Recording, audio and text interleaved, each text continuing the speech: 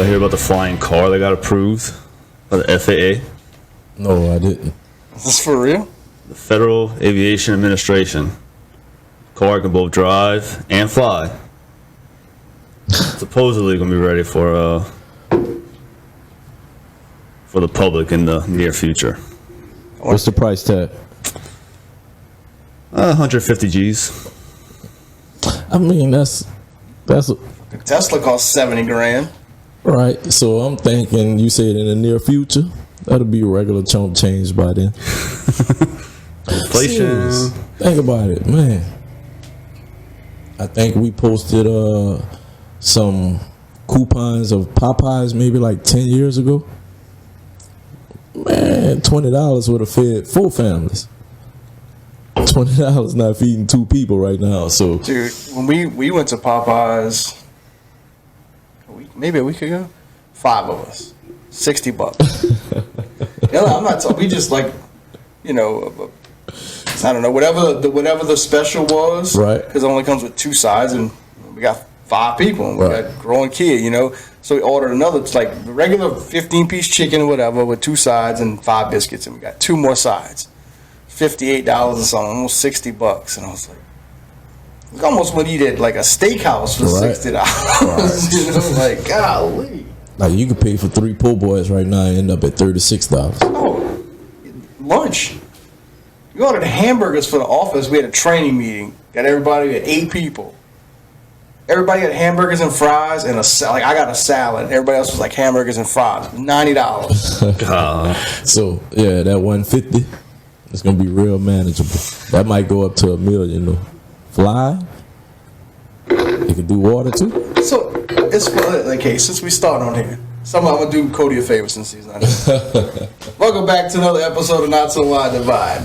We're gonna try to kind of pre-started work talking about before we did our introduction. Cody gets mad at that. What's that? The laptop's not on the TV. Looking like a bunch of rookies. It's early. And Cody's not here. Yeah, Cody got to set it straight. But this right here, like, is my whole, how we were talking about just how much stuff costs. And everybody's like, well, you need to increase wages. And it's like, how do you think we got here? Like, I'm all about people increasing wages. And I'm all about a profit share and a revenue share. I do that personally with all the companies that I'm involved in. Like, if we making money, you making money. Correct. It got to come a point, because when COVID hit, I lost a lot of money. Nobody lost shit.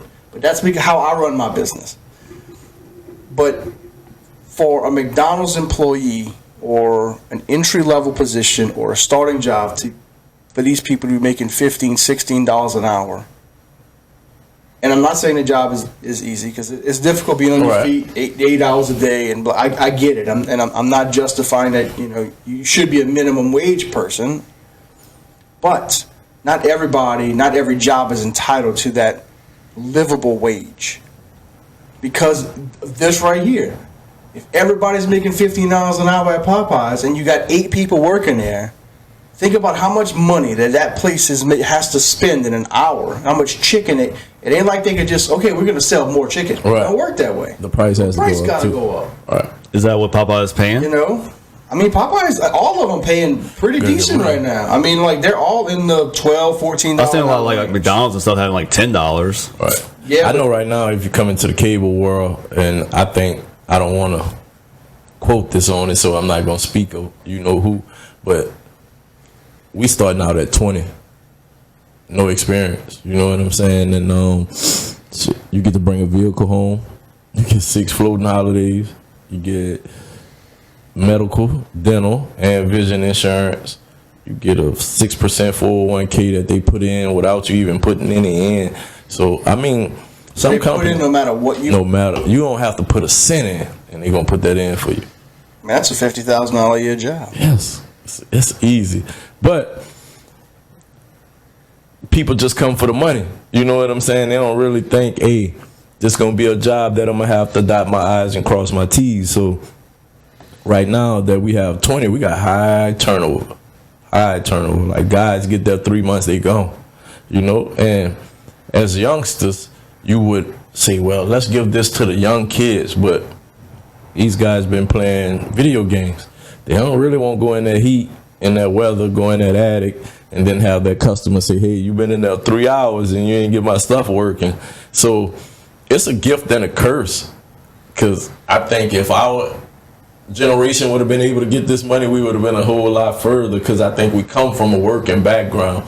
Now kids just smart, social media, computer, controlled ACs. That heat isn't for them. So that inflation, that 150, It's tough. it's gonna be tough. It's man. going to. And this is just the evolution of economics. It's going to come back. I mean, it's always an ebb and flow. Things are going to drop. I mean, we've seen it now. I see all my real estate people, and don't come at me. Don't start, because every time we say, like, even personal conversations, and they're like, oh, the real estate market, and then I'm like, it's gonna fall. Right. It's gonna come down. I'm not saying it's gonna be like, oh, a 30% correction. No, but when rates go up, prices come down, and it's not just prices on goods. It's also prices on services, right? Because there's the people that were doing them for this and got used to this money and don't realize how hard it is to do it as an independent, or companies go, okay, I gotta start cutting back. Unemployment rate's gonna go up. That's why everyone's like screaming recession. Typically in a recession, you still have higher unemployment. We have very low unemployment right now. Yeah, GDP is in a negative, and I get all that. But unemployment's still really low. So to sit here and say, oh, I just think market's kind of doing a little correction, and if it doesn't correct this quarter, I think you're going to see the government starting to admit to say, hey, look, yeah, we're getting in a recession. Unemployment's going to go up. Rates are going to continue to climb. And it's going to get a little tighter. And like you said, this generation, because this is the longest we've been since a recession. All right. Our last recession was in 2008. So Correct. this is a normally every 6 to 8 years you're in a recession. Every 1.5 election, yeah, because we So change it it's so much. So, and it's scary because it's kind of like it's being talked about a lot on all kind of levels, or at least in homes. I hope so. It's a conversation that's being discussed a lot, and I don't know how hard it is sticking in some families. Like, as long as things are going good, and this is just humans, period, we tend to not really worry about what's coming up or what type of roadblock is coming. And everything is running well for a lot of people right now. So people are still spending money by the outrageous numbers. And a lot of people aren't really saving or even getting the essentials. Because once these prices go up, think about it. We're already looking for stuff on shelves now. So to be getting it just at a mercy and not really needing it and at least saving it for what you need it for, if we do hit this recession like you saying, I see next summer, from March to next summer, being terrible for a lot of people and places, So if you listening, man, and you have the means put away, even if you got a lot of money, cut back on some of the trips and the partying, because things is about to get ridiculous. Yeah. Them couple of thousands that we spent just to get that tan for one day, or just to get that relief for one day, man, you're gonna wish you had. So that's true. And that's just my opinion. If you got it, live up, man. Hopefully you'll make it through. Yeah, and I think hopefully the scary thing is that when recessions come, people look at short-term stuff. And it's kind of like the whole crypto thing, right? Everybody saw an opportunity. We're like, oh, man, if you play your cards right, this is the time to make a lot of money as well. If you can save, right, start saving. I don't care what it is. If you can save $100 a month, $500 a whatever your thing in 6, 8, 10 months, when this kind of starts bottoming out, because that's what most people feeling it's going to be. Mm-hmm. And you can have cash, and you can go and you can have that cash deployable. Put it on the offense, whether it be in the stock market or real estate or crypto, wherever you feel comfortable or get educated in, it's going to be a time to make some money. Facts. Like, that's just what's going to happen. And Worst case scenario is recession doesn't happen and you have a bunch of money in the bank. Yeah. Yeah.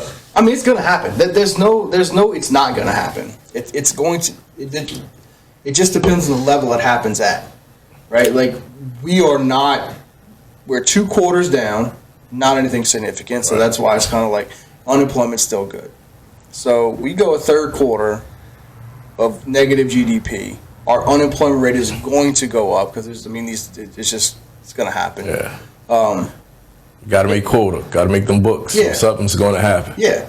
But people are already laying off. Right. There's already a lot of layoffs happening. As like literally this week, there was a couple companies, big tech companies that laid off a couple thousand people, tens of thousands of people. One, who else I was just reading, just did a 2,000 or 3,000 people layoff. Another fairly large company. So I mean, they're starting to happen because people, again, they were like, hey, and most of the thing is this was this big hiring boom that after COVID and politicians were like, see, we created jobs. No, you didn't. You just people replaced just coming the jobs out the house. people lost. Right. Yeah, so Yeah, people going back to their jobs. yeah, Right. like there's no you didn't create shit. We'll take credit for anything, man. They Tip the scale. whatever. Yes, Tip the it scale. didn't rain today because we created that. Yep. A whole different podcast episode. But that's always though. Like, yeah, you're right. That's a whole different podcast. And we can rumble for that all the time. Like, so many financial situations and troubles are self-implicated, man. Just to create a number, and that's on a lot of levels. Not just with the government. That's in most companies too. Just. I don't know how it started, and I'll be a fool to sit here and try to critique where it could have came from, but just my little short time in this world, if you're paying attention, you see once the numbers chase, you set to a goal. So if I did this last year, I can't come underneath this year, and if I do, somebody got to disappear. I got to make up for that loss somewhere. So if it's salary, product, it's going to happen. We see what people don't understand, I think, or maybe they just haven't heard it this way, is that we've also created that, right? Because companies are only pushing what their stockholders want, right? And if you look at your 401k and it ain't grown 10%, 8%, 6%, you're like, man, I got to move this. I got to call my guy. Somebody got to, like, you panic. Right. Because that growth isn't happening. Mm-hmm. Growth. So the only way that could happen is if the companies grow. The only way the companies grow if they push you to do more. So it's a vicious cycle. And Brandon could probably speak on this if you have y'all have conversations about this. Like overseas, you don't have that. Their metrics of measuring growth is on so many different facets than just economics and money, right? Employee retention is a big thing, and a lot of big companies are about attrition rates and all these fun things, but they really don't. It's not as important as that quarterly growth, Right. And it's like how and I've taken that in my companies and said, you know what, I just want to pull a step back, and if we don't grow and we don't do this, but I have 2 quarters of positive employee percentages and growth, and everybody's content even though everything else is bad, it's all right. Now we can't do that forever, right? But that is a metric that I use, and I wish that and there's some big companies that do it, but it's just not as important as the profit growth and outstanding or whatever their matrix is. Because I mean, some of them are just about raising money in capital growth and the annual revenue, the ARP, and all this crap that they run off of. So it's like, at some point, I would hope that It ain't happening. It's going to You think sooner or later. Absolutely. It's so big business nowadays, though. So like, I think the greater the revenue, the evil. Not really the evil, but the more it's easier to look over the comment. Let me take care of this and just do this. So we're getting such to a global aspect in business, though. Like, just look at all the at-home stuff that happens. Like you don't have to go to a corporate world anymore. You don't have to go into the business. And there's a lot of big companies that are trying to push back on that. And they're like, no, we need you in the office. And I am personally 100% like, yeah, at home is cool and you can get it done. But like, we could do this podcast remotely and everybody be at home.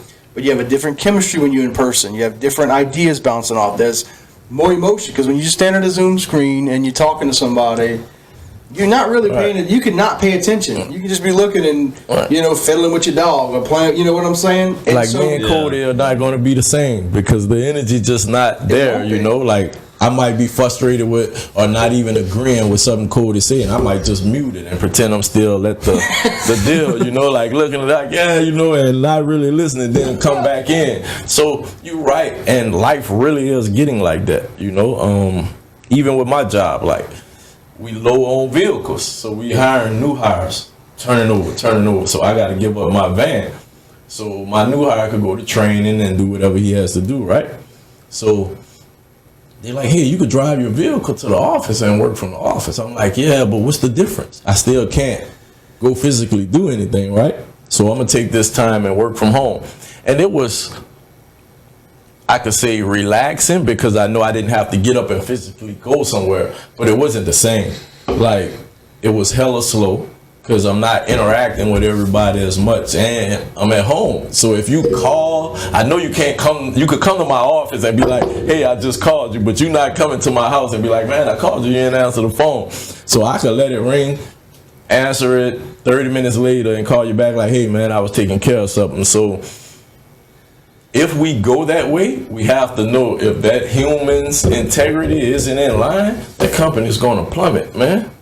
Well, that's what happened. All of these tech companies, I mean, especially your Facebooks, your Googles, your Amazons that had a large portion of your administrative stuff or your code writing, they were all out doing stuff from home, and they saw a lack of production.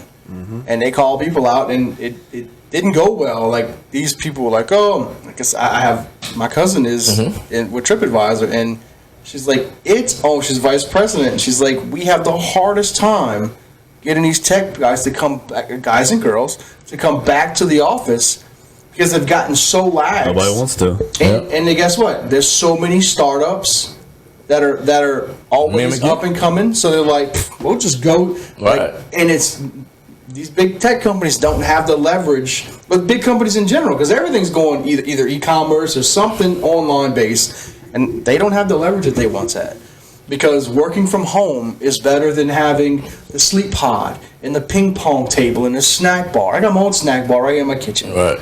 Like, that's how it's gotten. So, when we said that, well, I don't know if it's ever going to, either they humanize really quickly, or you're going to see a drastic shift in, especially in those industries where people are. There's so many ways to make money at home now, like Uber and TikTok, YouTube. Yeah, but they're not making the money these guys are making. No, I'm saying that there's so many options right now, though. And definitely. So many companies looking for employees. Absolutely. It's so easy to quit and find a new job, at least for right now. Yep. And kind of COVID kind of showed us how we could actually live without, you know what I'm saying? So a lot of people are not really stressing to the point where they're gonna be like, hey, I'm gonna go kill myself for this job because I just basically spent 2 years inside the home, eating bare minimum, going bare the minimum places. So that drove me nuts.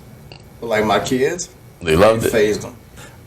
They like, even now, like restaurant, like I like to go out and be amongst people. I'm like, hey, like, I'm not cooking tonight. Like, we're gonna eat something. Like, I'll eat a sandwich. I'd rather sit home and eat a sandwich than like come out to eat with us and like family. My sisters, we all like, yeah. Man, so COVID kind of taught me that about myself, though. Like, I think I'm a popular loner. Like, I operate better by myself because I'm too busy trying to make everybody around me happy and comfortable. So I kind of got out of that,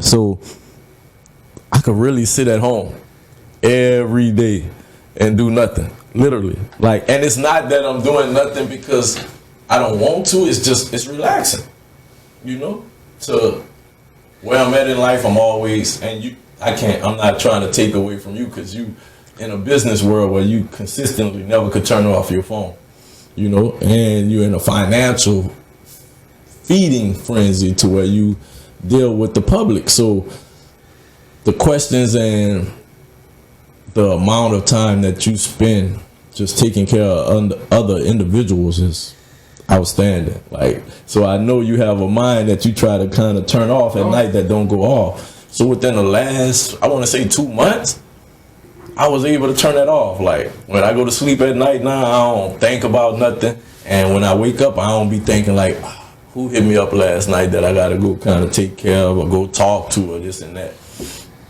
So with the COVID deal, it made me realize like, yeah, I like being alone. That way I can access myself to people I want to access to.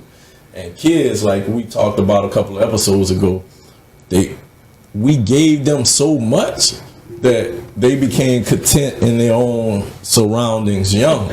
You know, so right now you say, hey, let's go to this place, and be like, man, I don't really want to go there.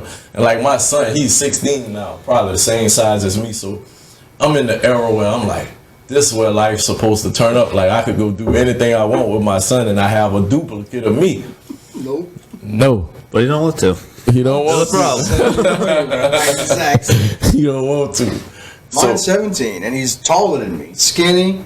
You know, like, but same thing. Like, yeah, like now's the time. Like, Right. man, we can like go on trips. We can do this. We can go Right. to, like, go to places we always want.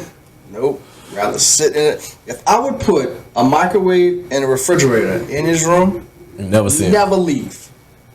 Never. You would see him only when he's like going to school. Or, Right. like nothing. Never see him. Right. I mean, I was like that. Nah, that was without COVID. So Right. I mean, even just to come sit in the front room, like watch a movie with Right. me, like come hang out, like, They have it. you know. And you don't even like when I used to like just somebody to come play a video game with me, you know, because we didn't have Right. we could call across the world and get somebody to play a video game. They didn't have that shit. So I'm like, hey, right? Nah, I'm playing with my friends. I'm like, nobody in here. Right. Online. You know, oh, you got 50 people they playing the game with. And that's the same way my son was. Like when we first came up, like I was a gamer, so that's all I really played. So I ain't let him play a while. So when he got about 4, maybe 5, he started really figuring out the games. I used to kick his ass. Like, I'm not letting you win. I'm sorry, I don't play like that. I'm the same way. I can't So- compete now, though. He used to just quit all the time, and I used to get upset. Like, man, you can't quit, man. Like, when things get tough, if you quit, it's just gonna be bad. And I kind of think I beat him so bad that he never wanted to play with me again. So broke his spirit. I kind of stopped playing for a while, and Mortal Kombat had came out. Man, I don't know what he was doing in there or what, but he knew the game down pat. So he'll be like, "Hey, you want to come play the game?" And you know when you get frustrated to the point where you can't even get a punch in? That's how good he was. I used to just sit the remote down and leave. He'd be like, man, where you going? I'm like, your mama needs something. No, it sounds like you quitting, man. Don't quit, man. Come back here. So Check your phone. Oh no, sorry. Student becomes the teacher. student becomes the teacher, but he still doesn't allow, like, I still can't go sit in the room with him and watch TV. He's like, what's going on? What you need? Something wrong? No? All right. You about to leave out? I'm like, yeah, man, I ain't got time for this. Oh man, you like every day. So, And Jace is like, he's not even he don't like last night rolling Friday night. I mean, he works after school and come on, it's like 10:30. Come down the hall, open his bedroom door to tell him like, hey, check on him. Lights out, he sleep. I'm like, damn, bro. Like, all right. ain't the same Friday night. No. Isn't the same Friday It's like, night. all right. It's this, I don't, maybe my parents were the same way. You know, maybe they looked at the same difference in time and said, well, man, that's because music was like the argument in our household.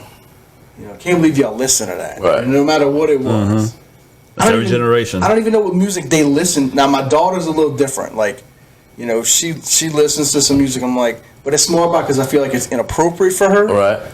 Yeah, but it's on the radio, Dad. Right. It's on TikTok, Dad. It's on. I'm like, I get it, but it's still like you just singing the words. You really don't Get listen the to what right. these lyrics are talking Right. about. But you know, there was nothing that like, you know, it was sports and, you know, electronic and music. Like that was the 3 phases of what we did.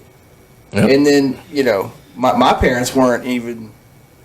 My dad wasn't athletic.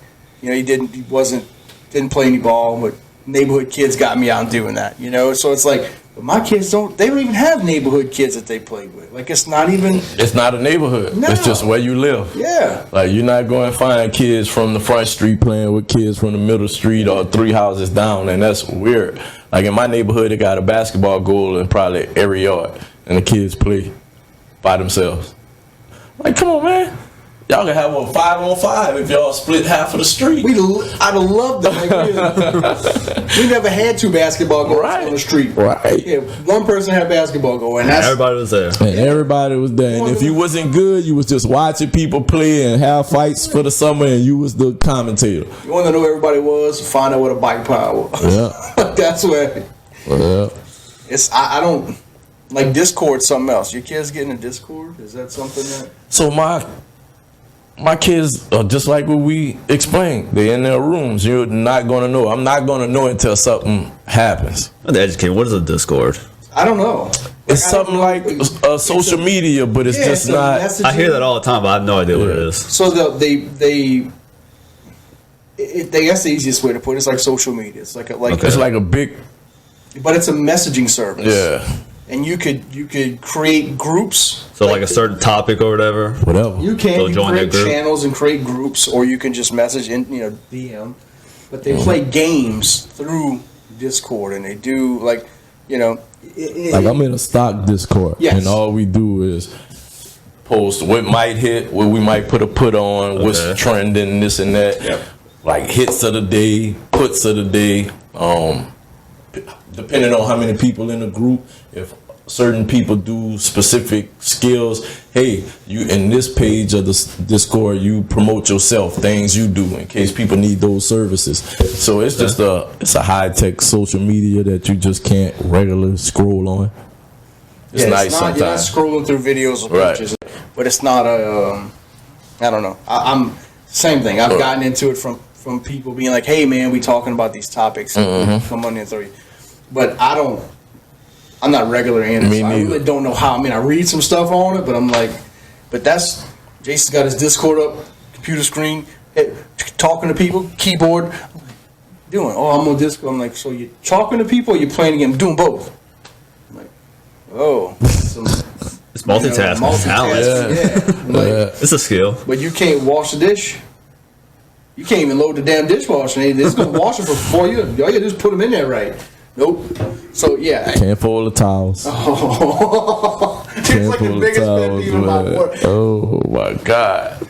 Did somebody have to teach you to fold clothes? I don't ever remember being taught to fold clothes. Once again, we didn't have all the shit these kids got. So you walked in the house, your mom or your pops was folding clothes. You went and sat down. What you doing? And you started doing it. It's a difference. Now, man, my son only has to take out the trash. And it's like pulling teeth. It's so bad, like I got to get disrespectful with him. And he says, it's just taking out the trash. Yeah, but I got to tell you 1,000 times. 1,000 times just to take 10 seconds to move the trash from here to here and from here to the road. But let him need some shoes. Oh, he on my back all day. Hey, you think we could go to the store? You think we could get online? You think I could get your card? I said, man, when I move the garbage to the front of the street, I'm going to let you get it. Oh, Dad, now you being petted. Do your part, I'm going to do my part. Spawn, it's just shoes. All right. It's just shoes, man. You know. Right. You know? I'm like, come on, man. This garbage didn't be taken out, though. Yes. Just start putting it in his room. I want to, yeah. Oh, I want to, but I know I'm going to suffer too, so I don't want that. Put that trash can in his room. Hey, where's the trash can? It's in Junior's room. Go put your trash in. I promise you he ain't going to let it fill up. Golly. We have the same problem. It's crazy that you said that, because folding clothes and taking out the trash, they'll pile shit. So our trash can's right on the side of a counter. Trash can gets full, they start putting it on the counter. Like, when did the counter become the trash can? It was full. What do I say? It's full. Like, they'll find a box, like something that came in the mail. All right, and start we just go open the box, sit the box on the island, and put the trash right there. Really? Right? I mean, really? This is what we doing? Oh, the trash man don't pass till Thursday, but the house smell like the trash. We are the trash men. If only there was some place to put the trash in the meantime. Right. They don't understand what that big green one is also. I'm telling you, man, I don't. And I know it was growing up, like, you weren't told twice. Like, hey, make sure if that trash is full, take it out. And if it was like, hey, the tray, you better already be moving to the trash can. When you heard, hey, damn, I ain't take that trash out. Exactly. You know what? Exactly. And I mean really running. Not saying, I'm coming. That don't bother you? It does. It does. It so does. Call your name 5 times. I'm coming. Well, what were you doing that you couldn't walk, put it down, and come 15 feet? You know? Man. Just tell me what you want. That, I'm going to tell you. Right when you get in front of me, I'm going to tell you. If I got to scream across the house, yeah. I ain't get that one yet. I don't. God would definitely have to be on side me to tell me what you want. My daughter. The boys, look, my daughter, that's, and it's not in a, like a sassy way. Right. But if she's just like, if I'm in the kitchen, her room's right on the other side, I'm like, hey, Peyton, come here. She's like, what? I'm like, come see. What you want? I want you to come see. Right. Yeah, you say, I mean, it's an entitlement. My daughter like that too. Because she'll be like, so you paid your car insurance this month? No. Keep high. I don't know how much your check gonna be this week, but you keep high. You're gonna have to pay that car insurance. Then you'll be pouting. So come see. They spoil, man. And dude, that's something else you're talking about, like kids and car insurance. So when Jay's turned 16, got his license, he was working before, and so he had kept his little money bag, had a little money. So he's 16, got your license, got him a truck. You pay a truck, no, you pay your insurance, pay your gas, gonna get you a bank account. I'm gonna get him a bank account, set him up, get your stuff, here we go, and I'll ask him. Now, I mean, of course, I'm on the account.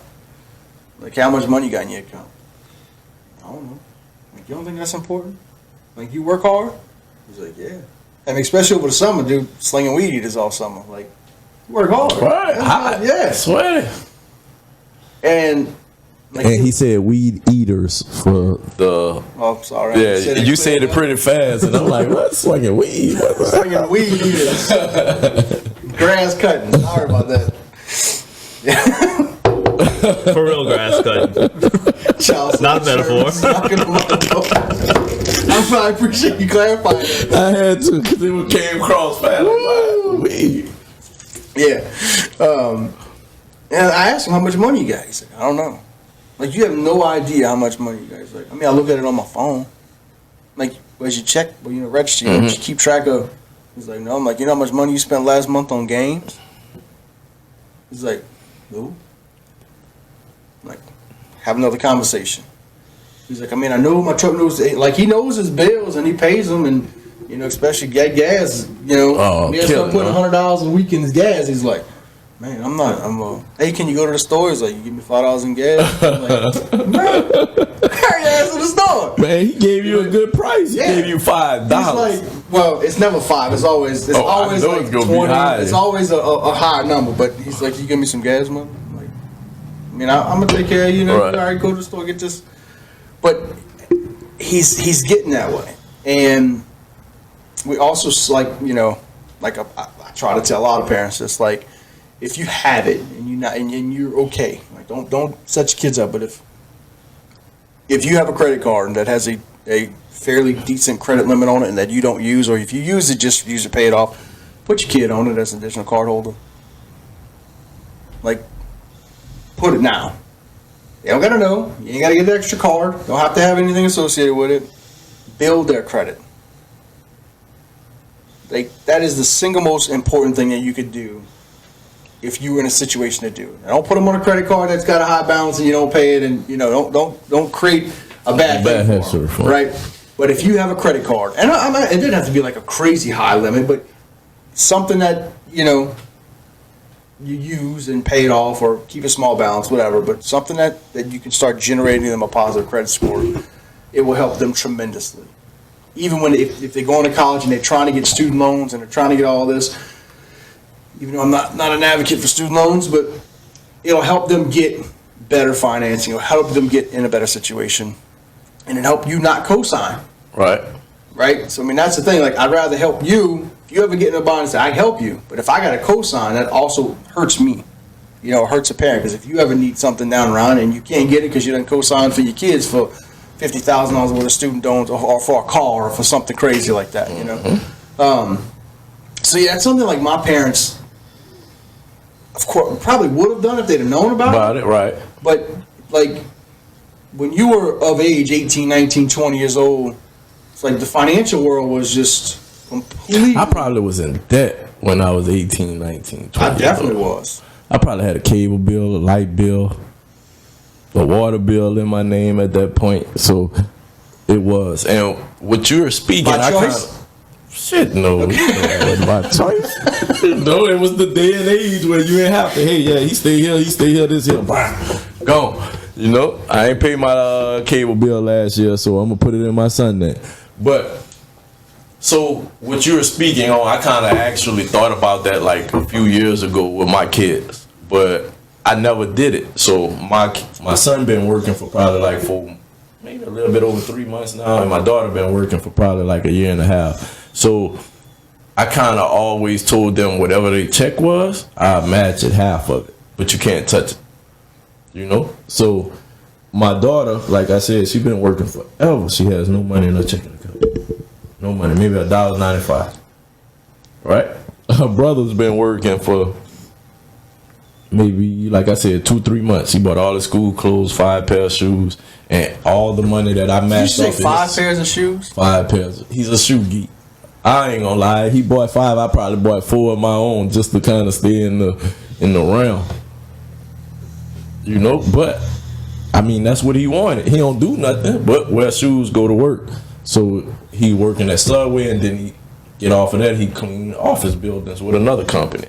So he stays busy. But long story short, he hasn't had to touch none of the money that I done matched for him. And my daughter, who I was kind of leaning towards, like, hey man, if I pass, I'm gonna leave everything to my daughter. This has clearly changed my mindset on that. Like, no, she can't keep nothing. She's just gonna blow everything. So I'm probably gonna do the credit card thing then. But like you were saying, if you have it to do, and I think sometimes we blow a lot of money on miscellaneous stuff. But if you got a young teenage kid that's working, sit them down and tell them, hey, look, if you make $600, I'm gonna give you $300 or $250, but I'm gonna put it in this account to where you can't touch it, and then it'll always be a backup. I felt as a kid in my day, if I ever got $1,000 in the bank, I'd never go broke.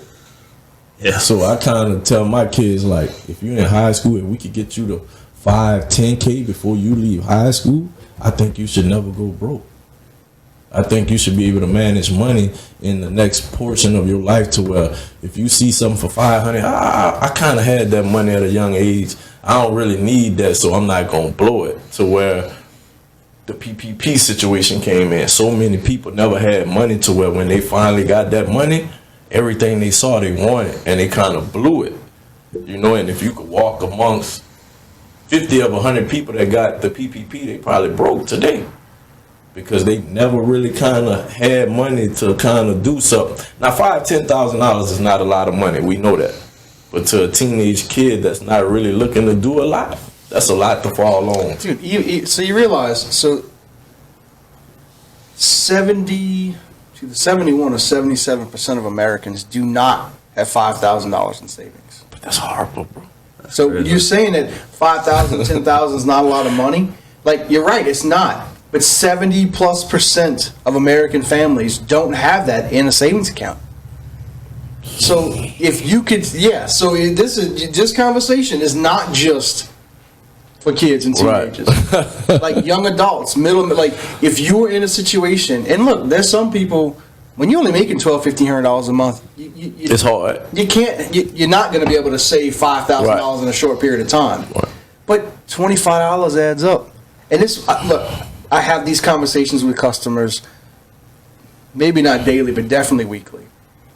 If you can get a couple $100 saved, right, in a savings, to where you could pay any kind of bill. I can show you how to take $200, $300, $500 and make $1,000 with it in a week. You got to be willing to work. If you want to make that money, I can show you how to do that. It is not as difficult as people think it is. It takes time, it takes effort, but everybody says, I can't do this because I don't have money. Mm-hmm.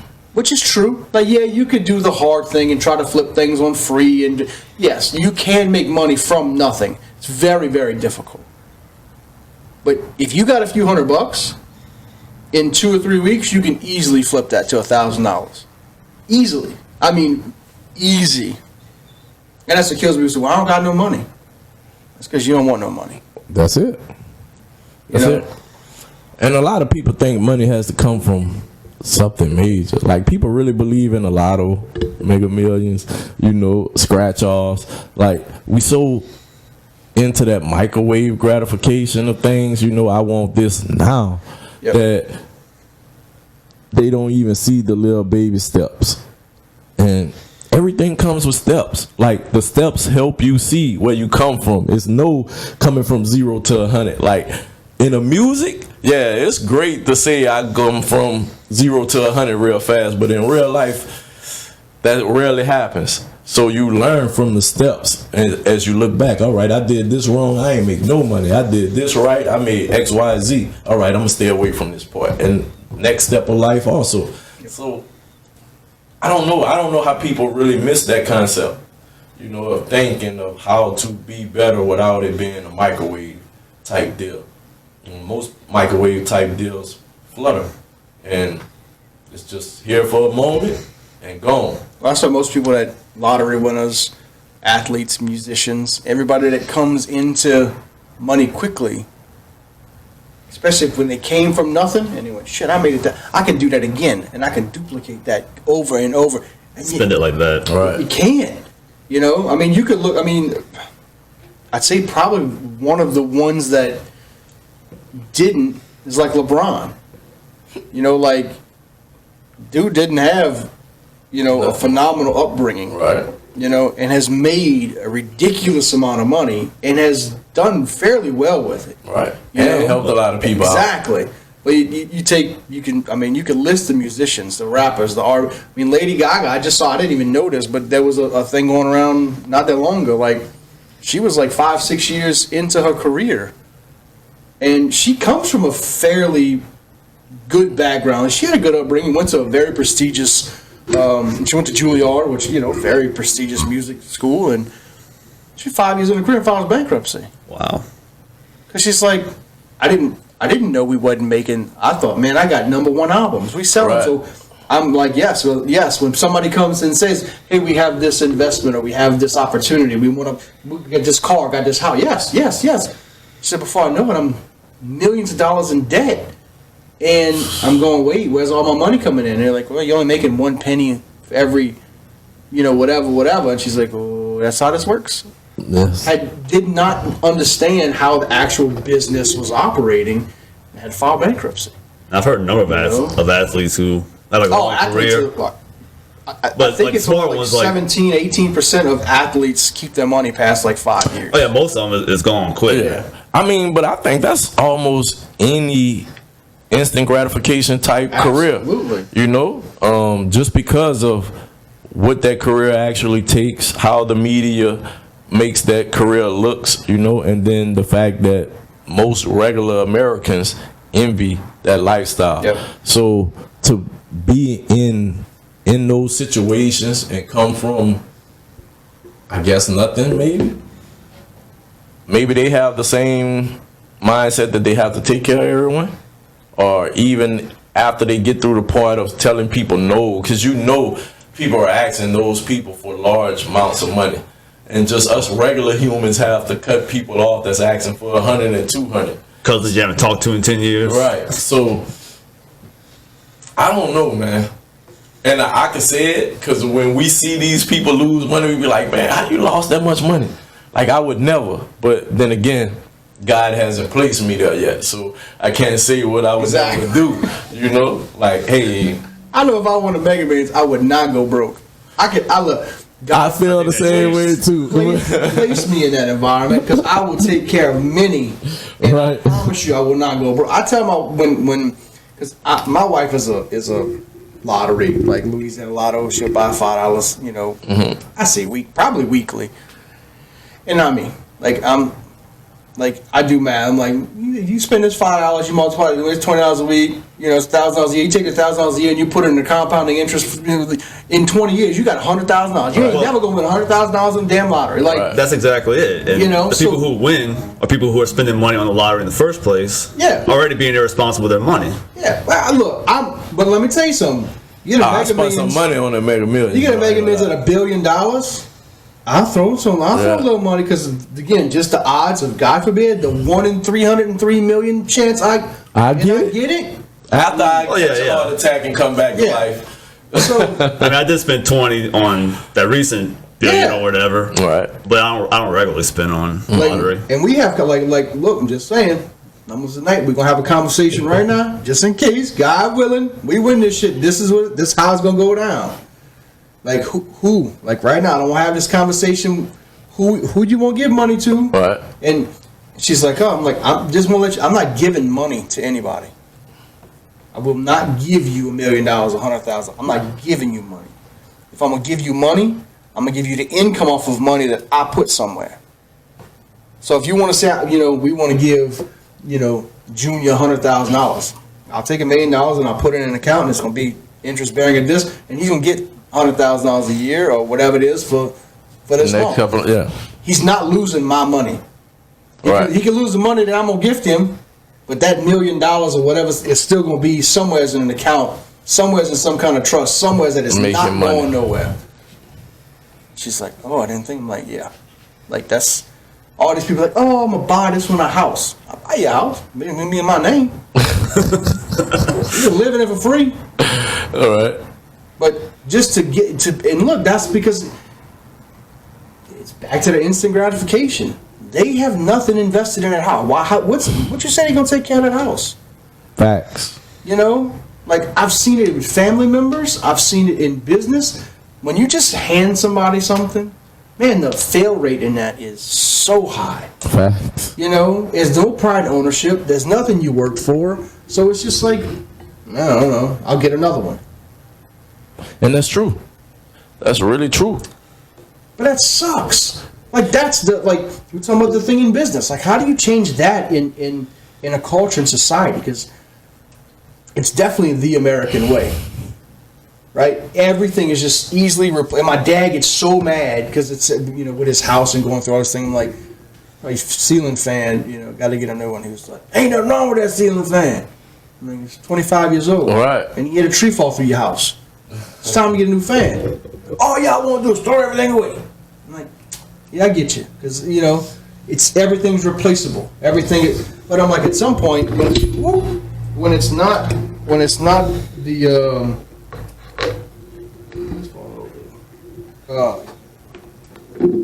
when it kind of cost based, it's like, okay, so it costs you $40 to fix the fan, or $60 to buy a new one.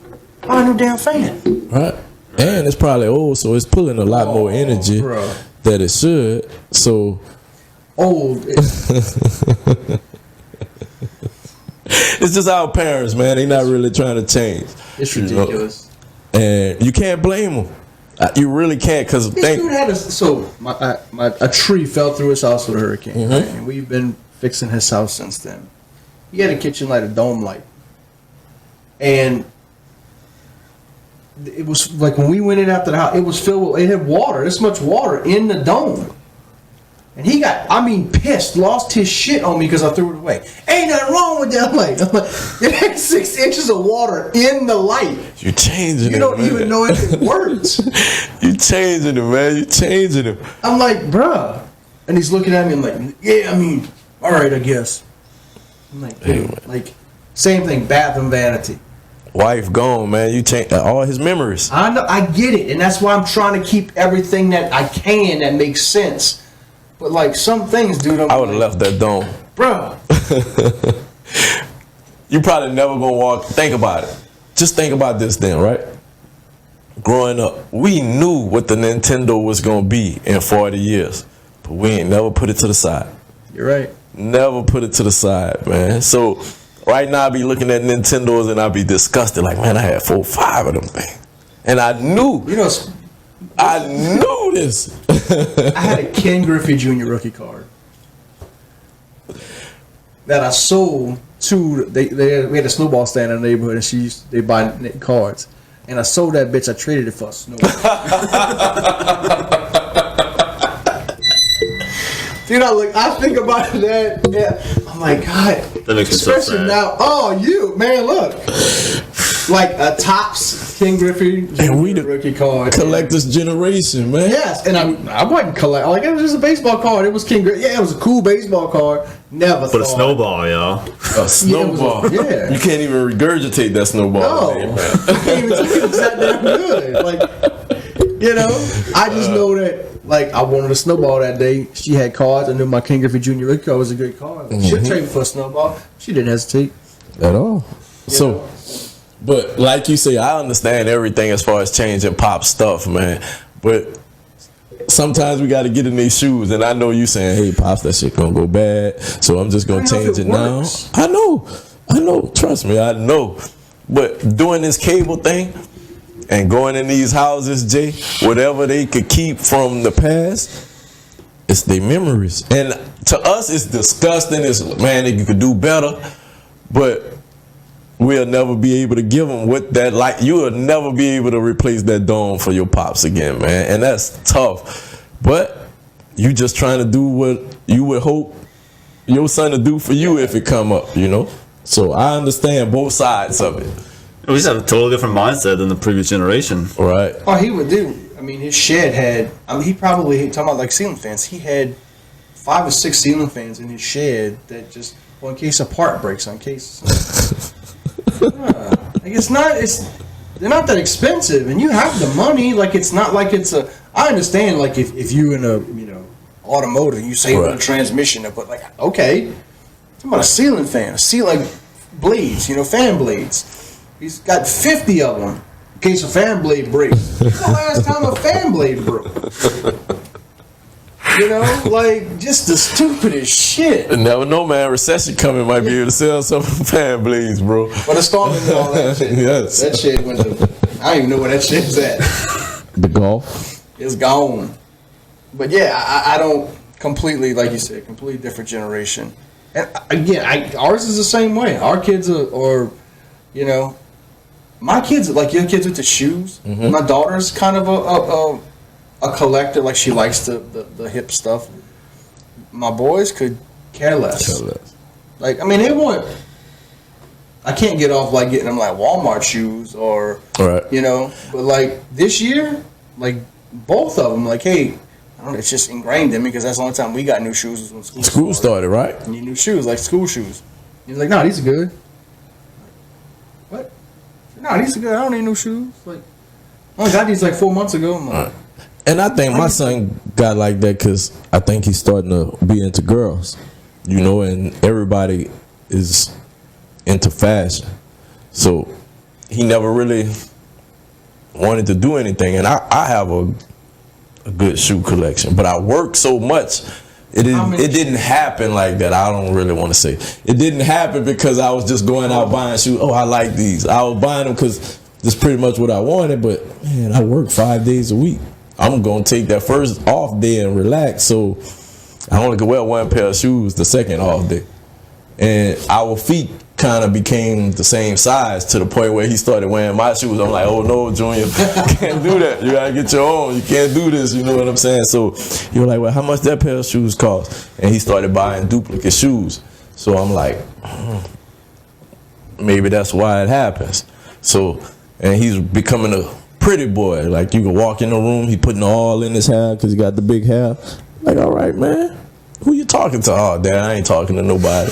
Come on, you ain't getting this fly for nothing, So I think that's where his shoe deal part comes in.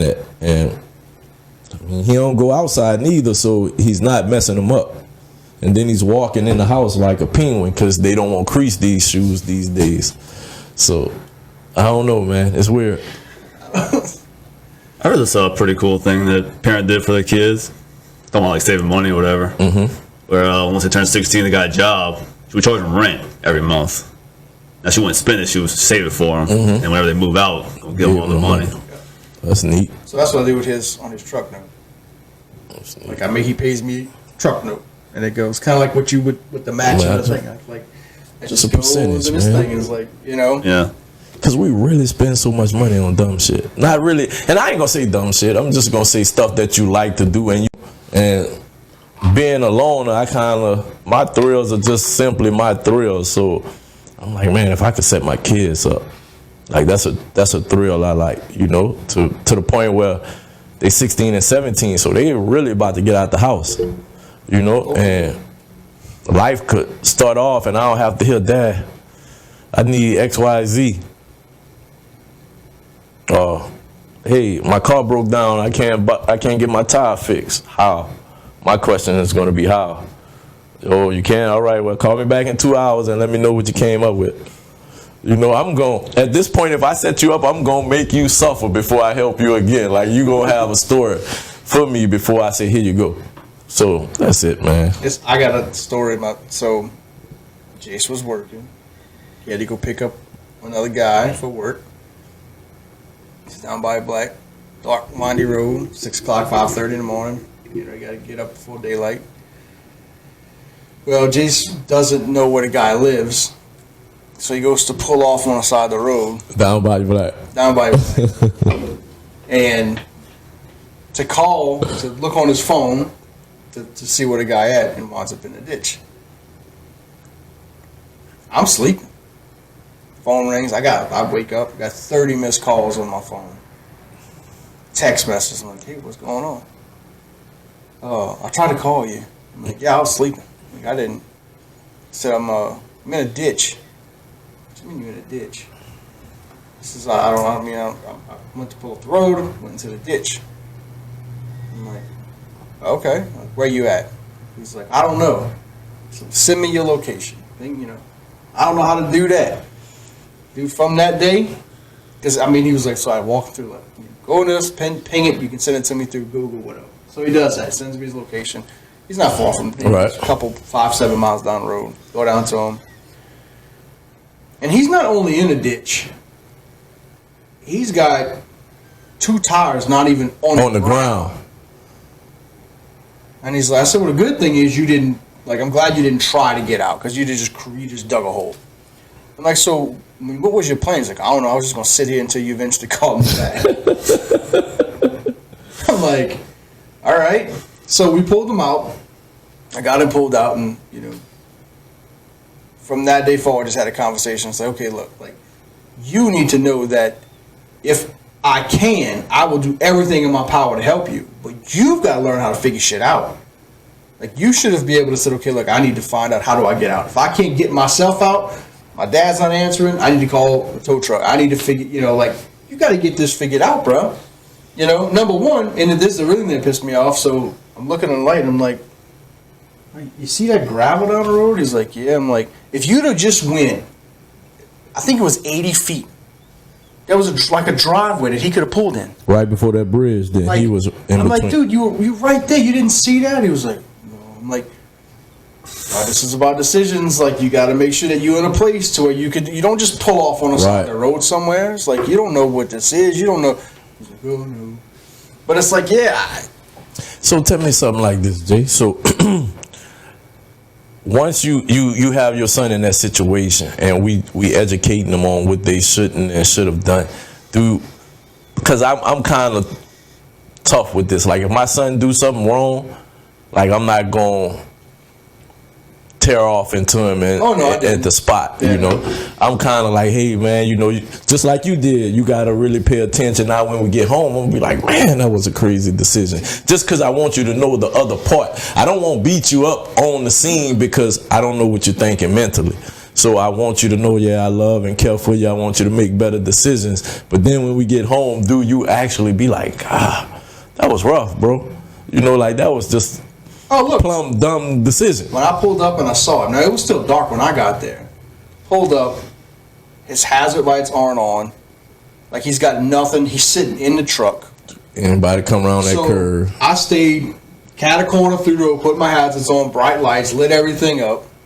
And I'm like, all right, you okay? He's like, yeah. Walk around, make sure he ain't bust nothing. Right. All right. I said, so the first thing, go in the back of my truck, grab the strap, crawl your ass under the truck, because I'm not getting muddy. Crawl under the truck, hook up to here.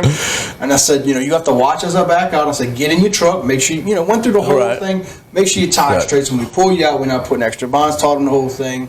Made him drive up and down once we got it. I'm like, you good? Everything feels right? He's like, yeah. And I was like, all right, go pick up. He was going to pick up a guy. I said, go pick up a guy, meet me at the shop. He said, okay. And when he got here, I was like, right. Now what the hell were you thinking? Right. It's over, but it ain't over. Right. Like, there's still another conversation that has to happen. And it's just, look, he's had another incident, and I say it's excusable. Young driver. He's a nervous driver. He was driving on a back road, same thing, coming in school, dark, foggy, goes off the road, hits a mailbox, winds up sideways in another ditch. Had to get a tow truck to get him out because he was by his mom's, which is far from me. All right. And I'm like, he calls me. I'm like, you're far away from me. I'm not going to get to you in a timely manner. You got to call a tow truck. And he says, well, the police are already coming. The neighbor came out, and I'm like, well, why? He's like, well, I hit a mailbox. And I'm like, okay.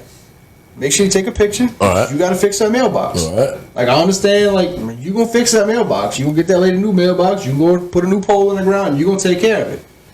He's like, all right, And it was, he did it right. Called it. The second time, he kind of had a new little, a way of getting around things. I didn't answer, so he was like, all right.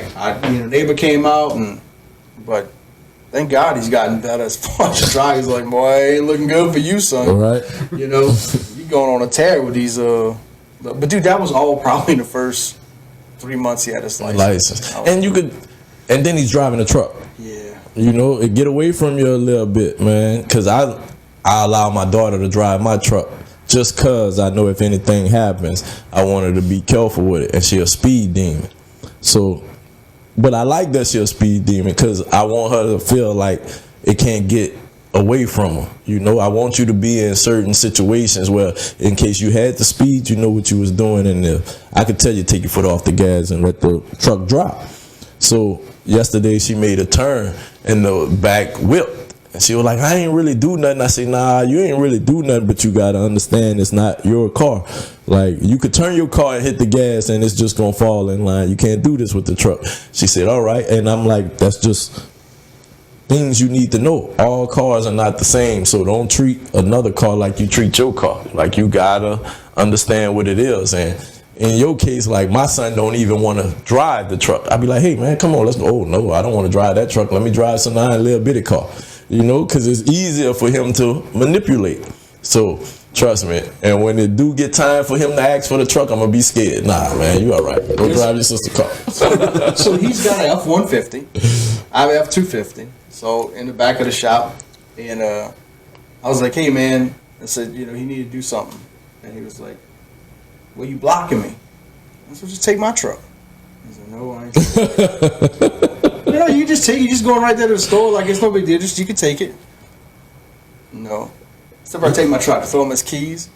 He moves my truck and gets his truck.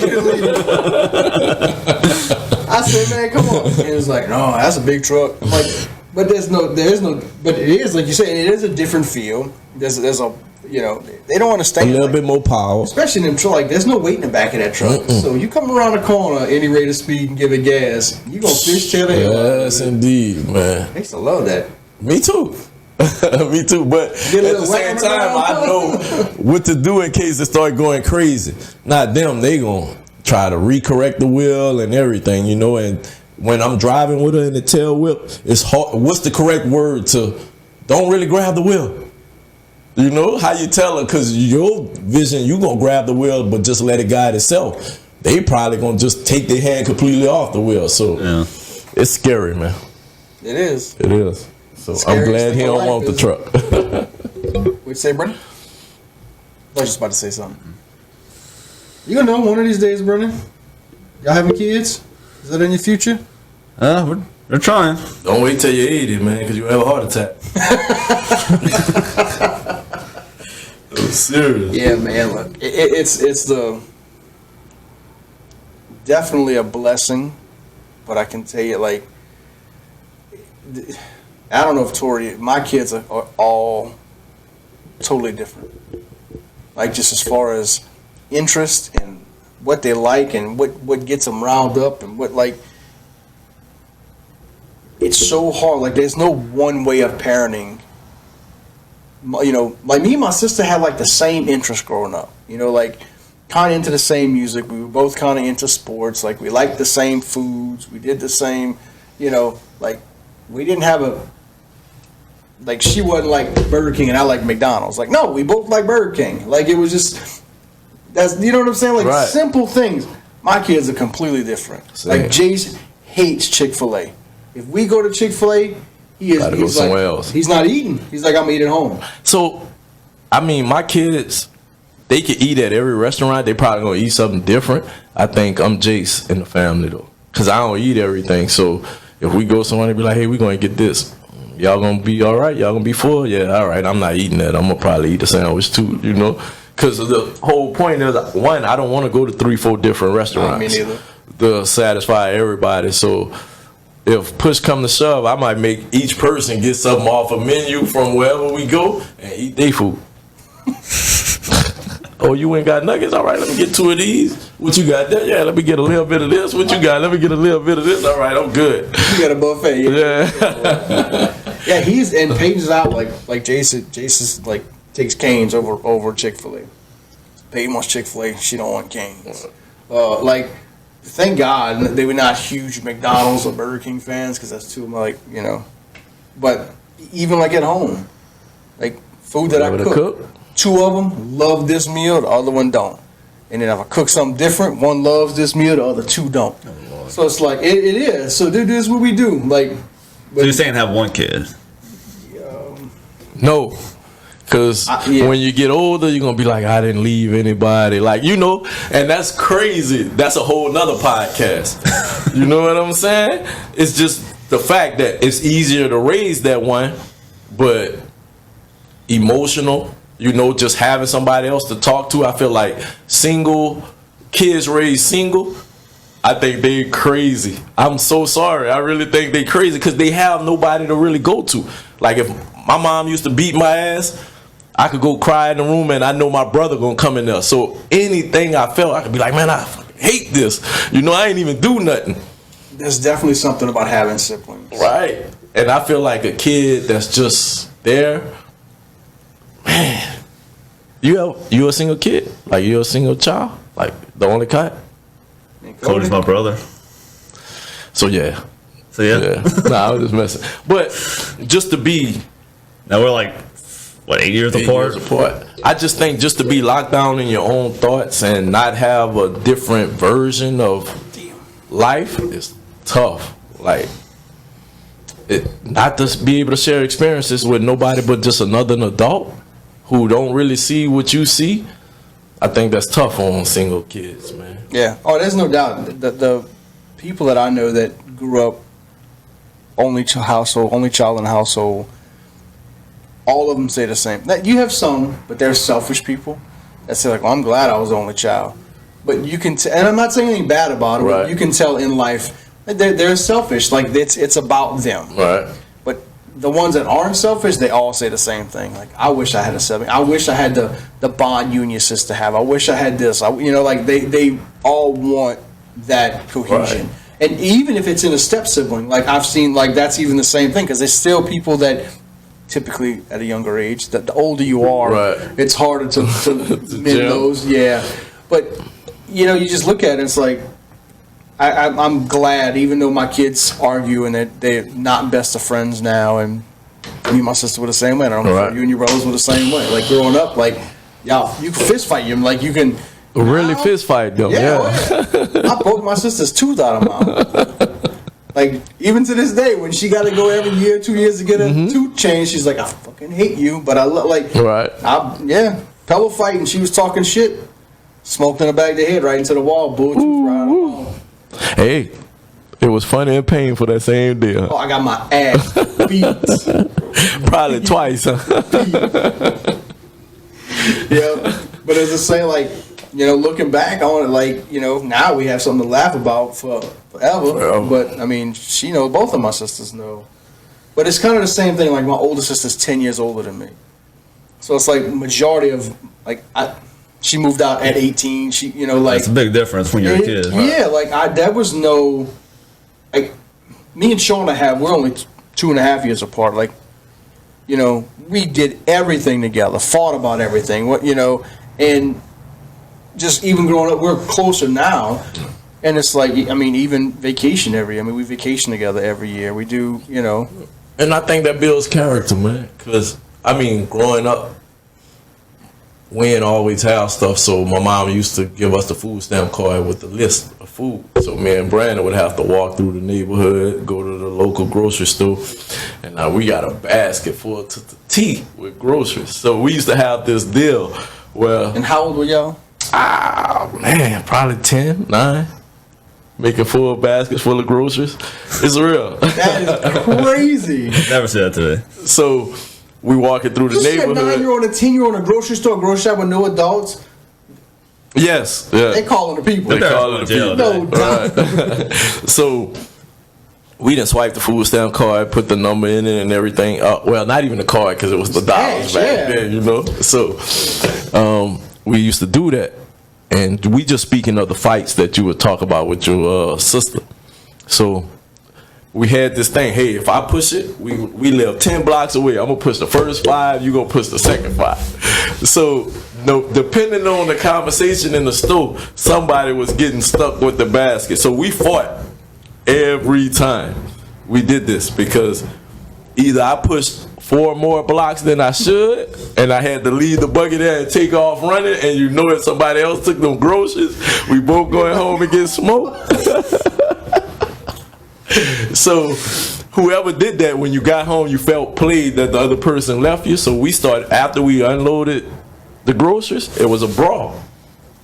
Every month, it was a brawl. So that experience, and we could really sit down, talk, and laugh, and be crying and laughing about this experience. That's just some things I know that a single kid, you know, don't get. And I feel sorry for them people, to be honest with you. I feel sorry for having to push that cart. Because that road was rough and man. But you, hey, just picture that, dude. Hey, man, it was, looking back on it, it was embarrassing, and I don't even understand it. Because right now, I go push a buggy right now, 10 blocks full of groceries, and be like, I'm going to feed my family. But as a kid, and buying it with food stamps, you're like, man, it's embarrassing. Ain't nobody else out here pushing this, you know? Over all the years, I never met another kid pushing their buggy down the street, you know? Just us. So, I don't know, man. It's life. Life is amazing and rough at the same time, man. I can picture it. I can picture y'all fighting as y'all fighting. Like, hey, man, it's your block, man. I ain't pushing it no more. Yes, you is. And now we trying to see who the fastest, because we both leaving that buggy there trying to outrun the next one home. Then you get to the corner, man. I'm gonna kick your ass when we get home. Did y'all ever leave the buggy? Never. Never. I'm the oldest. So regardless of if he did it or not, I'm getting the belt first. Because you the oldest. You know better. I don't care if he left it in the stove. You left it there. I'm guilty. So it was never being left fully. You know, but the fights were getting worse. Especially once he realized no matter if he bought it or not, I was getting the whipping. Oh, yeah. Yeah. We got to get it together. Oh, my God.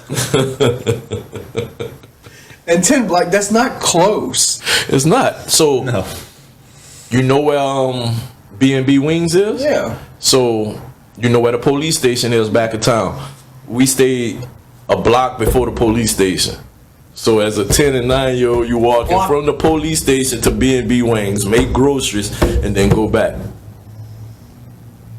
That's not even like through the neighborhood. Yeah, it's through the neighborhood. So the police station right here. So we stayed on the highway. So if you on Bond Street. Oh, okay. So y'all come through the. So you go through the neighborhood to get there. Yeah. Or you could have walked all the way to West Main and went up. Yeah. But back then, no offense, that was mostly the Caucasian people, and we really ain't vibe with the Caucasian people because we ain't see many. So you ain't going the Caucasian way, you going the black way. You know, and that's through the hood.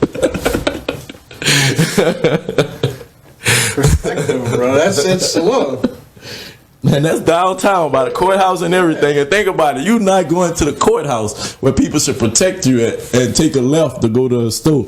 You going through the hood where it might be some drug dealing, some gun shooting. Not really bad, but that kind of really excited you, you know. Hey, man, we might walk through the hood and see a fight.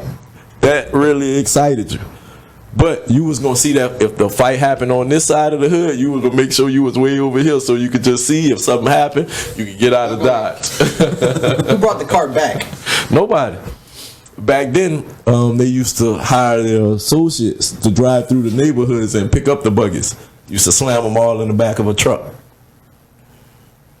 If you didn't, we was gonna make it out of one of those. We was gonna jump on it to where it bent so much, because that's what we used to do.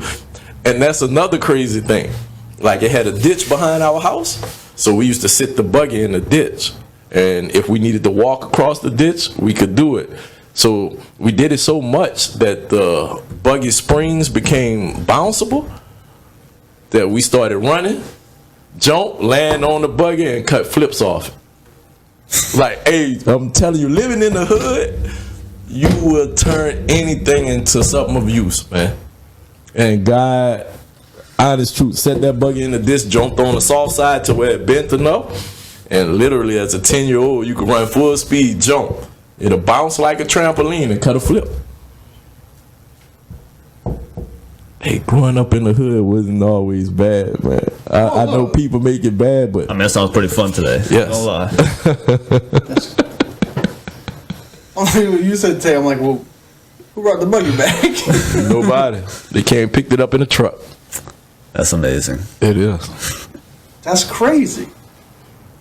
Was it like a company truck? Like, it was just Nah, it was just employees. Like, hey, man, we out of buggies. Well, we know they're in the hood. All right, let's go get them. And like, it was so normal. Stanley, right? Was it that Stanley? Yeah, it's so normal. Like, you will literally see 3-4 buggies just on a corner, and all they had to do was come pick it up and put it in there. Like, they put the trash out, huh? Like, you put the trash out. Everybody ain't have vehicles, man. I'm not about to walk 4 blocks with 30 bags. Yeah. So guess what? It's funny. It's just because Canada's is the same way. Right. All the apartment complexes, a lot of people don't. Right. Or, you know, especially like with COVID, and not that I'm friends with Vince, but we have some stuff that we talk about, and that was like he hired somebody full time just to be like, hey, you know, ride the neighborhood, this, pick the once a buggy. week, go run to the back of the apartment complex, pick up all the buggies, and bring them back. Yep. You know, I'm like, because I mean, buggies are expensive. Yes. You know, like you ain't making money. Like every time somebody take a buggy, you just leave it, you losing money. A lot. So thank God for the ones they left so we could bounce off in the ditch. Make barbecue pits out of them. We ain't never went that far, man. I ain't never seen that. Really? I never seen So like that. that's how I knew the ones that back in Canada, because I had a friend that used to live back there, and come across in, they had a barbecue like that. The buggy flipped upside down, and they'd make a fire and Fire underneath. grill it on it. See? I'm like, I never thought about that. damn good barbecue pit. Stainless. I mean, it ain't. It's good. It works. Yep. But yeah. That's neat. So we're gonna wrap this one. Remember, the divide is not so wide. Peace. Too easy.